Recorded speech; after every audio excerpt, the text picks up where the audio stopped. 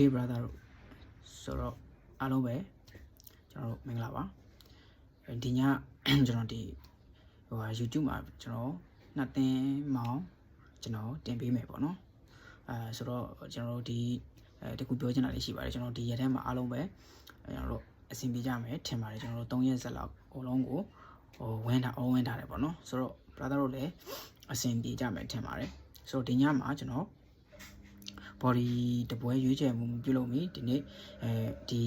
နှစ်သင်းမောင်းပေါ့နော်နှစ်သင်းမောင်းကျွန်တော်တင်ပေးခြင်းတယ်ဆိုတော့ပထမဆုံးတပွဲကကျွန်တော်တို့ည7ခွဲမှာကန်မဲ့အာဂျင်တီးနားနဲ့ကျွန်တော်တို့အော်စတြီးယားပွဲပေါ့နော်ဆိုတော့အာဂျင်တီးနားကအခုလက်ရှိ1 note 25ပေးထားတယ်ဆိုတော့ brother တို့ဘယ်လိုထင်လဲပေါ့နော်အာဂျင်တီးနားကဒါဘာလုပ်တာလဲကျွန်တော်အဲ့လိုပဲပြောခြင်းတယ်ဘာလို့လဲဆိုတော့ဒီအုပ်စုမှာအာဂျင်တီးနားကကျွန်တော်နောက်တစ်ဆင့်ကိုတက်သွားတေးကြပြီနော်ဆိုတော့အခုလက်ရှိထွက်လာတဲ့ကြီးကကျွန်တော်တို့အော်စတြီးယားဆိုတာကကျွန်တော်တို့မက်ဆီ3 ဂိုးသွင်းထားတဲ့အဲဂျီးရီးယားထက်ကျွန်တော် FIFA ရက်တီမှုအရင်မကွာလာဘူးဆိုတော့ကျွန်တော်အဲ့နှစ်သင်းကိုကျွန်တော်တို့ level 2ထားလိုက်ရင်ထားလို့ရတယ်ပေါ့နော်အဲ့လိုအနေထားမှာကျွန်တော်တို့ရှေ့တပွဲမှာတော့မှ3 ဂိုးသွင်းထားတဲ့အသင်းကနေပြီးတော့တစ်လုံးသွင်းတာနဲ့ကျွန်တော်တို့ပြားပဲရှုံးလို့မှာဆိုတာတော့ကျွန်တော်ကြော့တယ်လို့ကျွန်တော်ထင်ပါတယ်ကျွန်တော်ထင်တယ်ပြီးတော့ဒီပွဲမှာအော်စတြီးယားအတွက်အရန်ကိုအရေးကြီးပါတယ်ဒီနေ့ပွဲမှာဒါအော်စတြီးယားကကျွန်တော်တို့အာဂျင်တီးနားကိုတည်ခံပြီးကန်မယ်ဆိုလို့ချင်းကျွန်တော်တို့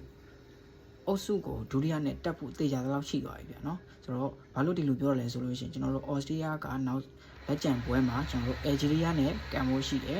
်နော်အာဂျင်တီးနားကျတော့ကျွန်တော်တို့ဂျော်ဒန်နဲ့နောက်ဆုံးကန်ရမယ်ပေါ့နော်ဆိုတော့ဒီအနေထားမှာအော်စတြီးယားကအခုလက်ရှိရမှတ်3မှတ်ရထားပြီဒီနေ့တည်တမှတ်ရမယ်ဆိုရင်နောက်ဆုံးအယ်ဂျီးရီးယားနဲ့ပွဲကိုမရှုံးတာနဲ့နောက်တစ်ဆင့်တက်ပြီဗျာမရှုံးတာနဲ့နောက်တစ်ဆင့်တက်ပြီအဲ့လိုအနေထားရှိတယ်ဒါကြောင့်မလို့ကျွန်တော်ဒီနေ့အော်စတြီးယားကအနိုင်ဆုံးတည်ခံပြီးတော့ကန်နိုင်လိမ့်မယ်လို့ထင်တယ်ပြီးတော့ကြေးကလည်းကျွန်တော်ကြေးကိုအဓိကပြောရင်ကြေးမကြိုက်ဘူးပေါ့နော်အော်စတြီးယားဒီအာဂျင်တီးနားဒါကျွန်တော်တို့အနိုင်ကန်မဲ့ဈေးဆိုလို့ချင်းဒီထက်ပိုပြီးပြင်းတဲ့နယ်လို့ကျွန်တော်ထင်ပါတယ်ကျွန်တော်လွယ်လေးပဲစဉ်းစားကြည့်ဗျာကျွန်တော်တို့3 ဂိုးသွင်းထားတဲ့အသင်းနဲ့ကျွန်တော် FIFA အဆင့်ရက်တီမှုတိတ်မကွာတဲ့အသင်းကိုကျွန်တော်တို့တစ်လုံးသွင်းတာနဲ့ကျွန်တော်တို့အတွက်မရှုံးတော့ဘူးဆိုတဲ့ဈေးနေတာကြီးကဒါကျွန်တော်ပြောတယ်လို့တော့ကျွန်တော်ထင်တယ်ပေါ့နော်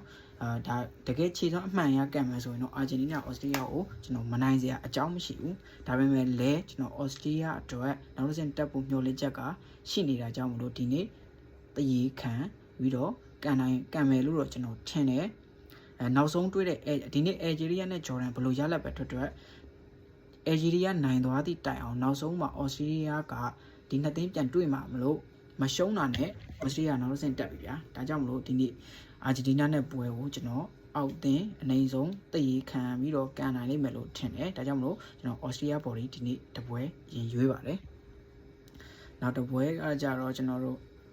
အုပ်စုကျွန်တော်တို့ front အုပ်စုကပေါ့နော်ကျွန်တော်တို့နော်ဝေးနဲ့စီနီဂေါပွဲဒီပွဲကကြတော့ကျွန်တော်တို့ဒီပွဲကကျွန်တော်နှစ်သင်းသလုံးအတွက်အရေးကြီးတယ်ဒီအုပ်စုမှာ front ကဒီနေ့ပွဲကိုကျွန်တော်တို့အနိုင်ပဲပေးလိုက်ဗျာနိုင်ပေးပြီဆိုအုပ်စုပထမနဲ့တက်သွားပြီเนาะဒါဆိုလို့ရှိရင်အုပ်စုဒုတိယနဲ့ qualification state ကိုလူရမှာနော်ဝေးနဲ့စီနီဂေါလို့ကျွန်တော်ယူဆတယ်လက်ရှိမှာနော်ဝေးကရမှတ်3မှတ်ရထားပြီဖြစ်လို့လက်ကျန်ပွဲမှာ front နဲ့ကန်ရမယ်နောက်စီနီဂေါကကြတော့ကျွန်တော်တို့စီနီဂေါကကြတော့ Iran နဲ့ကန်ရမယ်နောက်ဆုံးပွဲမှာပေါ့နော်ဆိုတော့နော်ဝေးအနေနဲ့3မှတ်ရထားပြီဖြစ်လို့ဒီနေ့ပွဲမှာတည်ကြတာနဲ့ကျွန်တော်တို့နောက်တစ်ဆင့်တက်ဖို့တေချာတလောက်ရှိသွားပြီဘာလို့လဲဆိုတော့ तू ကရမှတ်ကကျွန်တော်တို့ဗျာဒီနေ့စီနီဂေါပွဲကိုတမတ်စီကျွန်တော်တို့ထက်တွက်လိုက်မယ်ဆိုတော့နော်ဝေးက4မှတ်စီနီဂေါက3မှတ်ရမယ်ဆိုတော့နော်ဝေးက front ကိုကျွန်တော်တို့နောက်ဆုံးပွဲမှာရှုံးတယ်ပဲထားလိုက်အောင်ဗျာကျွန်တော်ရမှတ်4မှတ်ကိုကွာကြားချက် +3 ဖြစ်မယ်စီနီဂေါကကြတော့နောက်ဆုံးပွဲမှာအီရတ်နဲ့ကန်ရမယ့်ပွဲမှာကျွန်တော်တို့ရမှတ်တမတ်ကယူထားပြီးဖြစ်လို့အီရတ်ကိုနိုင်သည့်တိုင်အောင်4မှတ်ရမယ်သို့ပေမဲ့နော်ဝေးကိုမှီဖို့ဆိုလို့ရှင်အီရတ်ကိုကျွန်တော်တို့4 ဂိုးပြတ်เนาะ4 ဂိုးပြတ်သွင်းမှသာလျှင်သူ့တော့ကနောက်တစ်ဆင့်တက်မှာဖြစ်လို့နော်ဝေးကဒီနေရာမှာကျွန်တော်တို့မျှော်လင့်ချက်ကပိုများနေတယ်လို့ကျွန်တော်ထင်တယ်ဒါကြောင့်မလို့ကျွန်တော်နော်ဝေးကအနိုင်ဆုံးတည်ကြဖို့လိုအပ်တယ်ပေါ့နော်ဒီနေ့ပွဲမှာအနိုင်ဆုံးမရှုံးဖို့လိုအပ်တယ်သို့ပေမဲ့တစ်ဖက်ကစီနီဂေါအတွက်ကဒီနေ့ကရှုံးလို့မရတာပါဗျာနော်ရှုံးတာနဲ့ထွက်သွားပြီ ဆိုတော့ဒီနေ့မှာအနေဆုံးတည်ရတော့မဟုတ်သူ့တော့ကလည်းနိုင်ပွဲညှို့လင်းလို့ရတဲ့အနေထားမလို့စီနီကောကလည်းကျွန်တော်တို့ရှိသမျှအားနဲ့ကျွန်တော်ကန်မယ်လို့ထင်တယ်နောက်ပြီးတော့တိုက်စစ်တွေပေါ့နော်တိုက်စစ်တွေကလည်းကျွန်တော်တို့ဒီနှစ်သင်းသလုံးကကျွန်တော်တို့အားကိုးလို့ရတဲ့ဂိုးညှို့လင်းလို့ရတဲ့တိုက်စစ်တွေရှိတယ်ကျွန်တော်တို့ဟာလန်ရှိပြီတစ်ဖက်မှာဂျက်ဆန်တို့ကျွန်တော်တို့မာနီတို့ရှိမှာပေါ့နော်ဆိုတော့ဒီပွဲကိုနှစ်သင်းသလုံးကျွန်တော်တို့ဂိုးကျွန်တော်တို့3ဂိုးတွားလိုက်မယ်လို့ထင်တယ်ဂိုးပေါင်းကြီးကအခုလက်ရှိမှာကျွန်တော်တို့3လုံးကို80ပေါင်းပေးထားတယ်နော်ဝေးက level 60ရှုံး3လုံး80ပေါင်းကြီးဖွင့်ထားပြီးတော့ဒီကြီးကအခုလက်ရှိဒီညကံမဲ့4ပွဲသလုံးမှာဂိုးပေါင်းကြီးအများဆုံးလို့ကျွန်တော်ပြောချင်တယ်ဘာလို့လဲဆိုလို့ရှိရင်ကျွန်တော်တို့အာဂျင်တီးနားဟာ1လုံး25နဲ့2လုံးအရှုံးဂိုးပေါင်းကြီးဖရန့်ဟာ3လုံး50ပေါင်းနဲ့4လုံး80စာဂိုးပေါင်းကြီးဂျော်ဒန်နဲ့အယ်ဂျီရီးယားဆိုရင်1တည်နဲ့2လုံးအရှုံးဂိုးပေါင်းကြီးမှာကျွန်တော်တို့ဒီ level ပြား60နဲ့ဂိုးပေါင်းကြီး3လုံး80ပေါင်းမှာကျွန်တော်ပို့ပြီးတော့မြင့်တယ်လို့တော့ကျွန်တော်ပြောချင်တယ်ဒီပွဲကိုတော့ကျွန်တော်တို့နှစ်သင်းသလုံးတွေအရေးကြီးတယ်လို့နှစ်သင်းသလုံးကလည်းကျွန်တော်တို့ရှိသမျှအားနဲ့ကျွန်တော်တို့တည်ရတမတ်ရအောင်ရှာဖွေရမှာဖြစ်လို့နှစ်သင်းသလုံးတိုက်စစ်ဖွင့်ပြီးကစားမယ်လို့ကျွန်တော်ထင်ပါတယ်ဒါကြောင့်မလို့ဒီပွဲကိုကျွန်တော်ဂိုးပေါ်ရွေးချင်တယ်နော်ဝေးဂိုးပေါ်လေးကြိုက်ပါတယ်ပေါ့နော်โอเคဒါဆိုရင်ကျွန်တော်ဒီညဒီနှစ်သင်းကိုကျွန်တော်မောင်းတွဲလေးပေးချင်တယ်ကျွန်တော်တို့ဩစတြီးယားဘော်ဒီရဲ့နောက်ပြီးတော့ကျွန်တော်တို့နော်ဝေးဂိုးပေါ်ရဲ့ကျွန်တော်